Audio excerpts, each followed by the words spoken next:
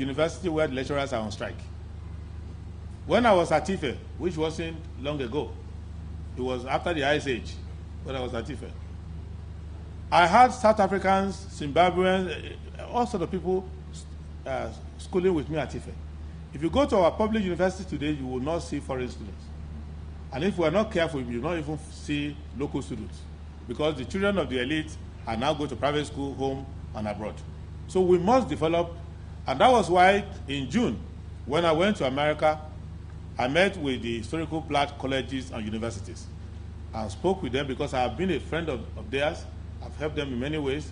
And I said, you have to come and help us in Nigeria, because we have very good tradition of our university, but you must send professors down. We must have jointly audited courses so that we can rapidly recover in our university and ensure that our university continue to be center for cultural exchange. The same thing with our religion.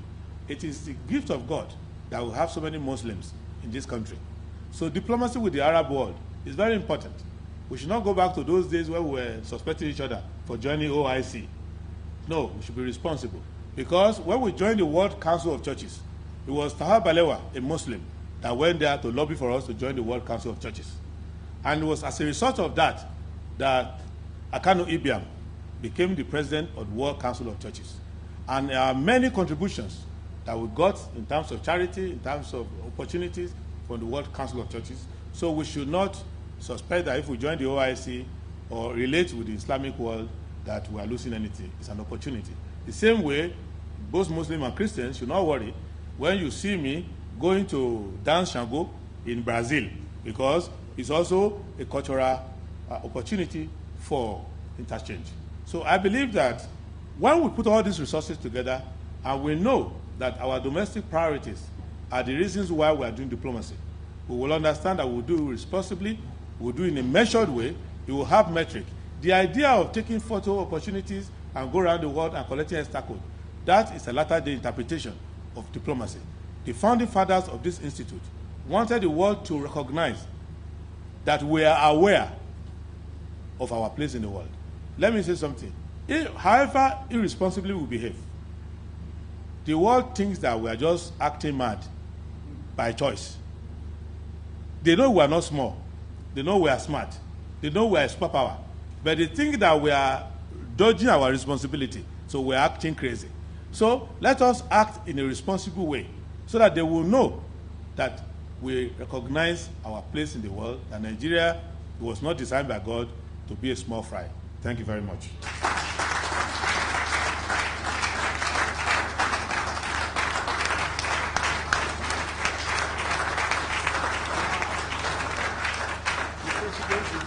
A standing ovation for His Excellency. That applause will be louder and longer. Thank you. Thank you, Your Excellency. Thank you very much. You may be seated, ladies and gentlemen. If His Excellency were not going for the office of the President, I would have imagined that he was trying to take our jobs here as a research fellow in the NIA. He went through Nigeria's foreign policy and accuracy.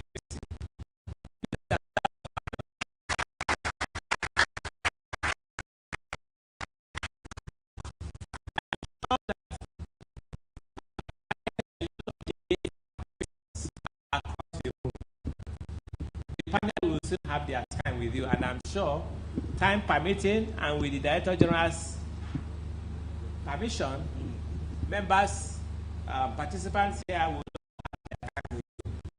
But especially may I recognize the presence, physical or virtual, of some dignitaries in this event. Professor Maurice Iwu, the Awolowo Foundation, Florentina Ukonga, Professor Eleagi Egbon, Ralph Bello Fadile, Agbo Akomolafe, Charles Odion, His Excellency Ambassador Cyprian Hem, former Director General, Interim Director General of this institute. You are all very much appreciated and welcome. We also have Professor M.J. Balogun from Canada. Please, a round of applause for all of you. I know that quite a number of the members of the Association of Retired Career Ambassadors of Nigeria are also online. You are all recognized, and in a bit, I will be recognizing you individually. But meanwhile, you are most welcome, and we appreciate your participation in this program. Distinguished ladies and gentlemen, Your Excellencies here present. And I think I must add His Royal Highness, because I don't seem to be capturing that dimension anytime I recognize protocol. Please, again, my apologies. So, distinguished ladies and gentlemen, Your Royal Highness, Your Excellencies here present. May I, at this point, with the General, you need my attention? You need my attention, sir? With the kind permission of the Director General, usher in the panel now for their own role.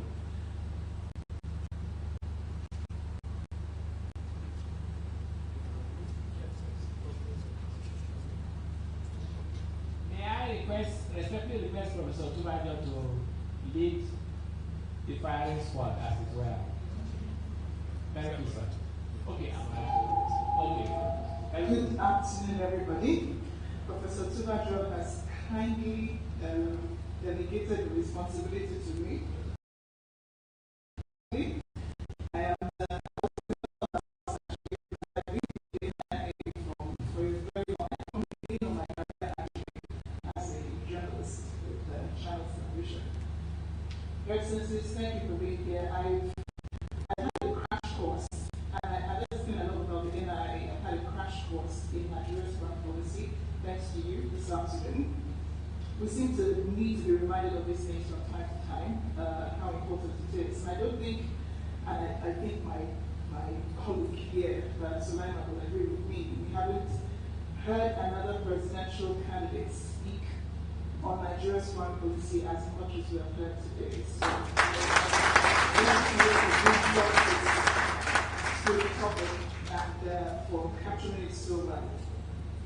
So we have various topics that we are going to be looking at today, and I don't know if we do have questions, because you seem to have answered almost everything. In every area, and that's impressive. So I will ask Professor Tubajo to lead with the first question for this panel. Professor Tubajo, for those who do not know here, is a research professor of international politics and strategic studies.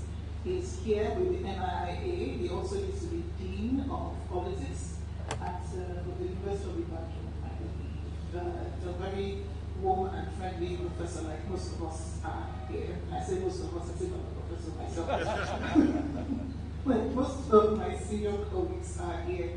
So, Professor Tubajo, please take it away. Thank you very much.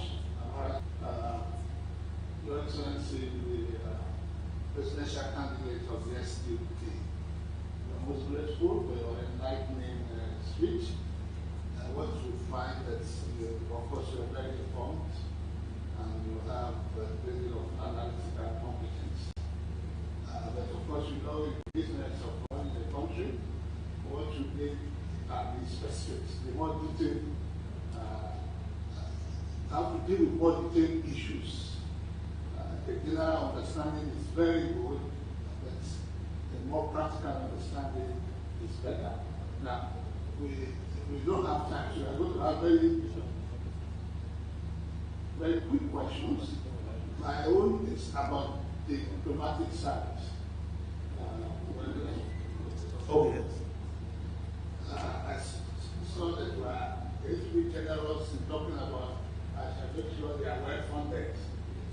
And when people say that I know the rule for, yes, that it's easy to cook vegetable soup with your mouth. And you can put pepper in the apple sauce, the apple on the area. At the end of the day, it's what the practical. I don't know how much you know about the state of Nigerian diplomatic service to be able to make that kind of statement. But the real issue is that we have very serious problems with our diplomatic service. Thank you. Now, that's first I've visited, there's no country that I go if I have an opportunity to spare a few hours that I don't go to the Nigerian mission. So whether it's the one in Canberra, I've been there many times, many of the staff know me, whether it's the one in London, the High Commission, whether it's the one in Washington DC, and many African countries. And there are many friends who are ambassadors. And there's anyone who is an ambassador that if I am told you are an ambassador, if you finish your mission, I will ask you, are you a career ambassador? Are you a political appointee? Where were you posted? What did you achieve? What are the problems there? And I try to do all of that. And I meet world diplomats. Maybe if we had an opportunity, we would have sent a video of even when I started this race, I went to the State Department. I went to Foggy Bottom. I met many ambassadors who had handled African affairs before, people like Peter Pham, so many other people. I met as many of the U.S. Secretary of State as I could, someone I could meet. So I like to ask these questions. So I know the state of our mission. I know mission that we are in rented apartment. I know mission that we built in those glorious days when we built. One of the ones that I enjoyed the most was the one built for us by Ambassador Lushala in Addis Ababa. I think if you look at that, our permanent mission there, we're very happy that it projects Nigeria very well. I saw the opposite side of it where I went to the one in Ghana, and I was trying to get them to meet some people because I was managing some international institutions, and I thought that if I was hosting in Ghana, I'm a Nigerian, let me take it to the Nigerian mission. I would have to meet at the Kutintuli Hotel. And I said, why are we not able to meet in the High Commission? He said, well, even you cannot take anybody there. The next day I went there, was a very terrible state of despair. And when I saw a former senator who became High Commissioner there, when I saw him,